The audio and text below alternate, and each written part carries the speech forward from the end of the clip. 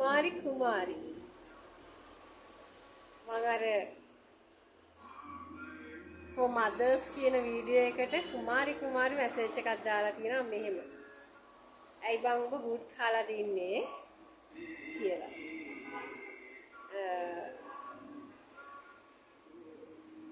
Advice එකක් දෙන්න boot කන්න ඕනේද? අනිත් එක තමයි අය කියන ඔබ හැදිලා දින්නේ කියලා. ඔබ නෙමෙයි ඔයා හැදිලා දින්නේ කියලා. ඇයි මන් නැහැදෙන්න ඔයාට මොන හරි මගේ වරදක් වෙලා තියෙනවද? කුමාරි මම කාටවත් කරදරයක් කරලා නැහැ. කරදරයක් වෙලා නැහැ. කාගෙන්වත් ඉල්ලලා කාලා නැහැ. කාගෙන්වත් ඉල්ලලා ඇඳලා නැහැ. මං හිතන්නේ මම කාටවත් කුණුහරුපෙන් බැනලත් නැහැ. එක පුද්ගලයෙකුට ඇරෙන්න මට ඒකත් වද කරපු නිසා. හරිද? ඒ කියන්නේ මට කරදර කර හිටපු නිසා මං ඇරෙන්න ඒකත් මං මහ ලොකු කුණුහරුපෙන් මං බැන්නේ නැහැ මං හිතන්නේ. වීඩියෝ එකේ දා රෙකෝඩ් වෙලා ඇති ඕන. නමුත් ඊට අමතරව මං කාටවත් කුණුහරුපෙන්වත් බැනලා නැහැ. හරිද?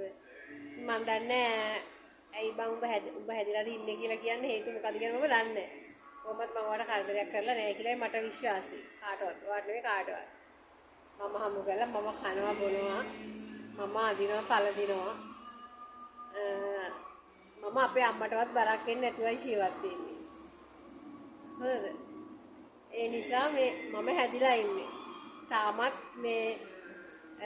තාමත් හුඟක් රස්සාවල් කරන්න ඕනේ පිරිමි ළමයි. දෙමව්පියන්ගෙන් යැපෙන්නේ. එහෙම යුගයක මම තනියම ගෑනු ළමෙක් කියලා තනියම හම්බ කළා. ඒ නිසා මම හිතන්නේ මම වැඩ කරලා සල්ලි හොයන්නේ. ඒ නිසා මම බය නැහැ. ලෝක මිනිස්සු කොහොමද දකින්නද කියලා මම දන්නේ නැහැ. මට ඒක අදාළත් නැහැ. වැඩකුත් නැහැ. මම කවුද කියලා මම දන්නවා. ඒ හොඳටම ඇති මම කවුද කියලා උඩ ඉන්න එක්කෙනා දන්නවා. ඒ හොඳටම ඇති. ඉතින් ඔය කිව් කුමාරි උඹ හැදිලා ඉන්නේ කියලා උඹ නෙමෙයි උඹද ඔයාද ඔබද ඔබ කියන දකද කිව්වේ. කුමාරි මං හැදිලා ඉන්නේ. ඇත්තටම මං හැදිලා ඉන්නේ. ඒකයි මං කාටවත් බරක් නොවි. වැරදි මාර්ගයෙන් සල්ලි නොයා මගේ උත්සාහයෙන් සහ මගේ දක්ෂතාවයෙන් මං හම්බ කරලා කනවා කාටවත් කරදරේ මං ඔයාලගෙන් ඉල්ලලා නැහැ. කුමාරිගෙන් මං කවදාවත් ඉල්ලලා තියෙනවා. මං කුමාරි කවුද කියලා දන්නෙත් නැහැ. සමහරට ඔයා මාව දන්නව ඇති.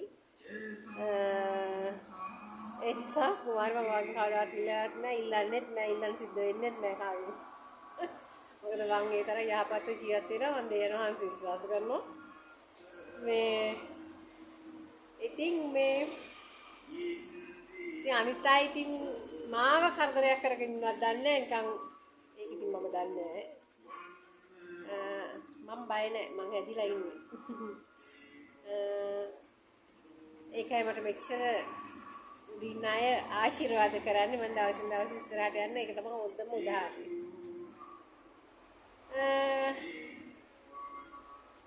අය මොනවාද ඇහැලා තිබුණේ? ඒක තමයි මට මතක. ඔය ටික තමයි මට මතක. ඉතින් කොමුණත් කුමාරි thank you. අයි දන්නේ කුමාරිට තරහ ගියේ මැසේජ් එකක්. ගොඩක් අය බලලා තිබුණා. කවුරුත් මැසේජ් එක නරකට දාලා තිබුණේ නැහැ. ඒක නිකන් හිතුණා එකක් හිතුණා. ඉතින් මම ඒක කිව්වා. ඒකනේ channel එකක් කියන්නේ එහෙමයි හිතන දේවල්. ඉතින් ඔය දානවා. ඉතින් කවුරු හරි ඒක පොඩි ඇඩ්වයිස් එකක් වශයෙන් ගත්තොත් එහෙමයි. ගත්තේ නැතොත් එහෙමයි. ඒක ප්‍රශ්නයක් නෑ. ඉතින් හිතට එන දේ මම ඒක නිකන් වීඩියෝ එකකට දැම්මා. ඉතින් ඕක ඔය වීඩියෝට දාන ඔක්කොම ඇත්ත ජීවිතේ දේවල් නෙමෙයි. ඒව ඇත්ත ජීවිතේට කරගන්නත් එපා. මම දන්නේ අයියෝ වල රිදෙන්නේ කියලා. සමහරලාට තමන්ගේ පුංචි දේවල් තියෙනකොට ඒව රිදෙන්නත් පුළුවන් ඉතින්. තමන්ට හිතුනොත් සමහර වෙලාවට සමහරවිට මේ මට තමා කිව්වේ මම මේ වගේනේ ඒ නිසා මට වෙන්න ඇති කිව්වේ කියලා සමහර අයට ඔටෝ දැනෙන්න පුළුවන් ඔටෝ වදින්න පුළුවන් ඒ වුණාම ඉතින් රිදෙයි. ඒ මං කුමාරි කවුද කියලා දන්නේවත් නැහැ. මට එහෙම යාළු මිත්‍රයෝ නැහැ. තරහ හතුරුත් නැහැ. මට තරහ හතුරු ඉන්නවත් දන්නේ නැහැ. සමහර අයට එහෙම වෙන්න පුළුවන්. අපි දන්නේ නැති හතුරු ඉන්න පුළුවන්. ඉතින් ඒ නිසා මම කාටවත් කියපු දෙයක් නෙමෙයි හිතට ආපු දෙයක් මට හිතුණා ඒව දාන්න. මොකද 100ක් ගත 100 එක්කෙනෙක් හරි ඉන්නවා ඕක ගැලපෙන කෙනෙක්. ඔක හිතන්න ඕන කෙනෙක්. ඇත්තට මම මේ ගැන හිතන්න ඕනේ. සාමාන්‍ය පොදුවේ හැම අම්මා කෙනෙක්ම දරුවෝ හොඳට හදන්න ඕනේ. පොඩි කාලෙම දරුවෝ හොඳට හදන්න ඕනේ නිහතමානීව නේ. ගුරු ගාරක ඇතුව ඒවා හදන්න ඕනේ. ඉතින් මගෙන් හැදිලා ඉන්නත් කියන්නේ මම නම් මම කාටවත් තුනක් කියන බැන බැන යන්නේ නැහැ පාරවල් ගානේ. ප්‍රශ්න උනත් මේ එහෙම මම හැසිරෙන්නේ නැහැ. ඒ නිසා මේ ඉතින් මේ හැමෝම ඉතින් හිතන්න එපා ඔයා මේ ඇත්ත ජීවිතේ තමයි කියන්නේ. ඉතින් හෙට මම වීඩියෝ එකක් දැම්මොත් මේකත් ඇත්ත ජීවිතේ කියලා හිතයි. කියන හැම දෙයක්ම ඇත්ත නෙවෙයි. ඒවා සාමාන්‍යයෙන් හිතට එන දේවල් වෙන්න පුළුවන්. තව කෙනෙක්ගේ අත්දැකීමක් වෙන්න පුළුවන්. තව කෙනෙක් කියපු දෙයක් ධර්ම වෙන්න පුළුවන්. ඒ නිසා ওই දාන වීඩියෝ හැම එකකම මේ ඇත්ත කියලා හිතාගෙන නටන්න එපා. චුට්ටක් ඔළුව කල්පනා කරන්න. ඒකෙන් ගන්න තියෙන නම් දෙයක් ගන්න. ඒක ඔයාට නෙමෙයි ඒක වෙන කාට හරි කියලා හිතලා ඒක ස්කිප් කරන්න එච්චරයි.